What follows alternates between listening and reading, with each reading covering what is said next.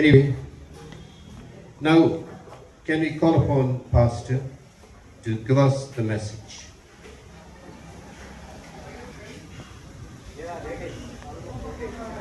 That was a lovely song. Thank you. It's a very appropriate song to bless you and keep you.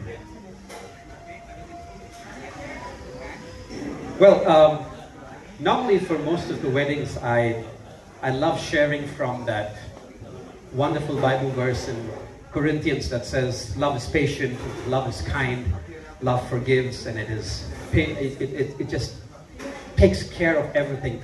And I want to base this evening's message on that chapter. I'm not going to pretty much talk about that, but I want to talk about 3 B's. I want to talk about 3 B's. Have you heard about the 3 B's at any time in your life? Has anybody heard about the 3 B's? Anybody? The 3 B's? Okay, it's a very nice concept, and this applies in the church. It applies in your business, for your families, for relationships, for friendships, schools, colleges. The 3 B's. I got to know this when I was a teenager. And ever since that time, I loved this and put it into practice. It doesn't matter where we are. The first B is belong. Belong. The second B is believe.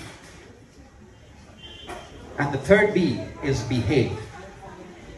The first B is belong, believe, and behave. Can we repeat that? Belong, believe, and behave. Let me tell you why the sequence is important and why the behave is not first and the belong is not last.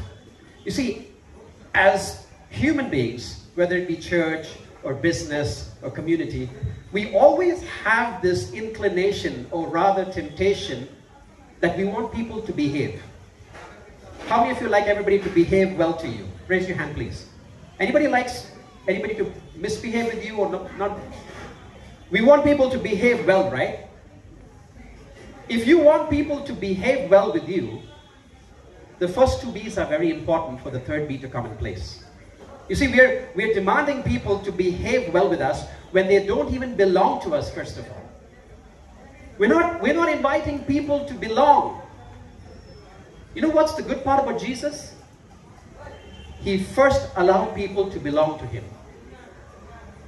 He was not bothered about their behavior.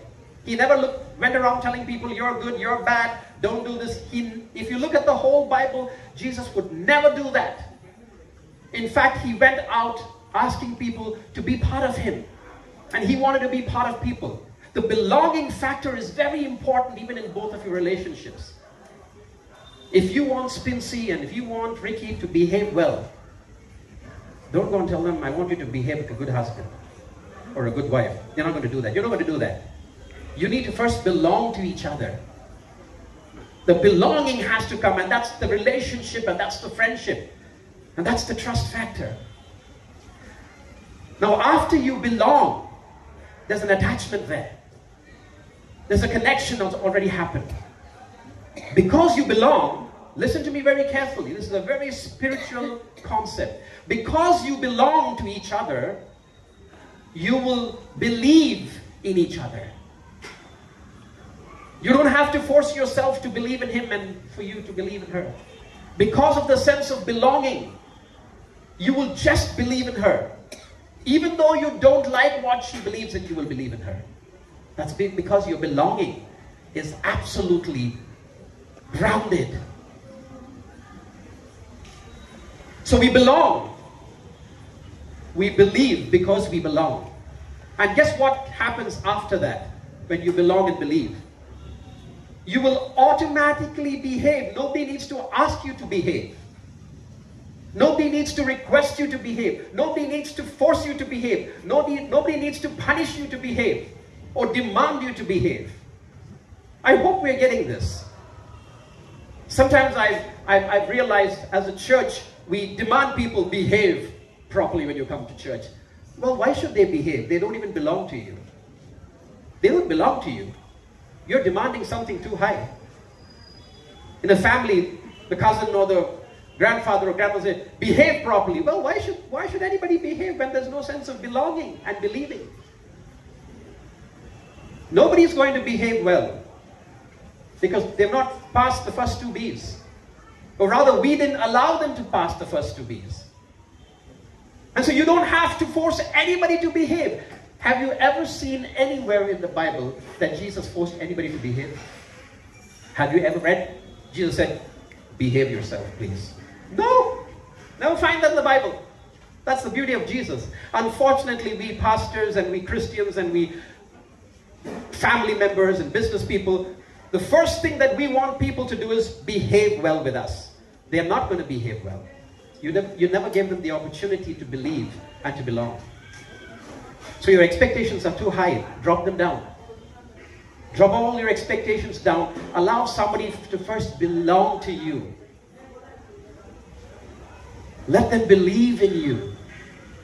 They will behave without you asking. That's what Jesus did. And if you take the Corinthians chapter of love is patient, love is kind, it's all about that. The whole Christian life, the whole church, the whole kingdom of God is about love. It's not about perfection. Unfortunately, we are so pressurized to behave well in church. And we know if we don't behave well, they won't baptize us, they won't marry us, and they won't bury us. Am I right? Isn't that a pressure? The church is like a pressure cooker.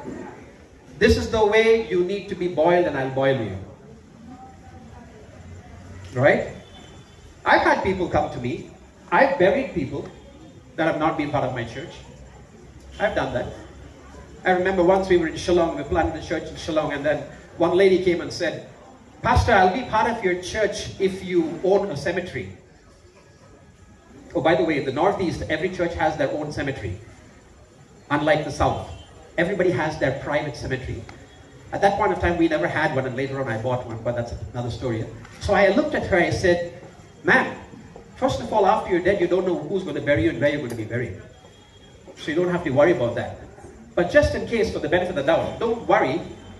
I will bury you whether you come to my church or not. That's my promise. You see, we are so pressurized to behave because somebody is going to help us. I don't want you guys to be pressurized to behave to each other just because she's your wife or your husband. That's not a good behavior. That's a false and a very hypocritical behavior.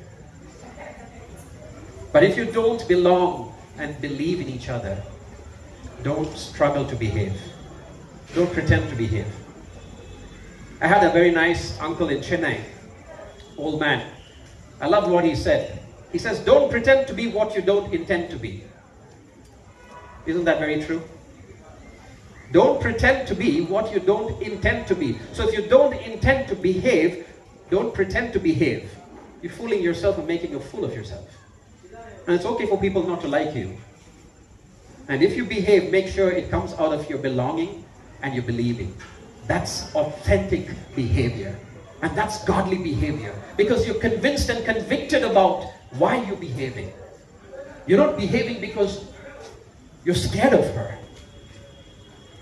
You're behaving because you belong and believe in her. And this evening I just want to encourage Ricky and Spincy. There's no pressure to behave. There is no pressure. First of all, let me tell you, Jesus never asked anybody to behave. That was not his first agenda. Not that he didn't want them to behave well. He definitely wanted them. But he knew that this behavior is only going to come out of a discipleship attitude. And that discipleship attitude is the belonging and believing to behave. So be true disciples of Jesus Christ, not the church, not your family, not your friends, not your business, not your workplace. Be true disciples of Jesus. I promise you, he will never let you down. I promise you, when anybody lets you down, he will come to your rescue. He will send people there for you. You don't have to be worried about anybody doing things for you and not doing things for you. You only have to be worried about being a good disciple, follower of Jesus. To believe, first to belong, to believe, And then you don't have to struggle to behave. You will find yourself behaving very well. And you'll be surprised with your behavior. You'll be astounded how this happens. But then that's the miracle. Because there's a sense of belonging and a sense of believing. And so I want to bless you guys this evening and tell you that God's with you. God's on you. Stay faithful to the Lord. Don't worry about anything else. Stay true to each other. Love each other. Doesn't matter what the vow said, in sickness and in pain and in sorrow. I hope you guys meant that. I hope you really meant that. Because everything is nice until the bad days come. And then all the curse word starts. Right? It's important. It's important.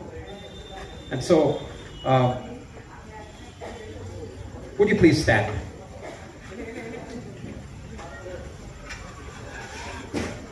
Can we all stand, please?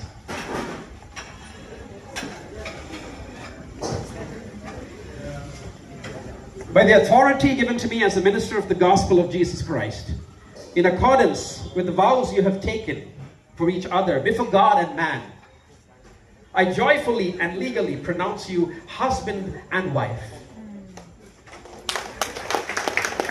Come on, guys. Is that all? You came all this far to just do that?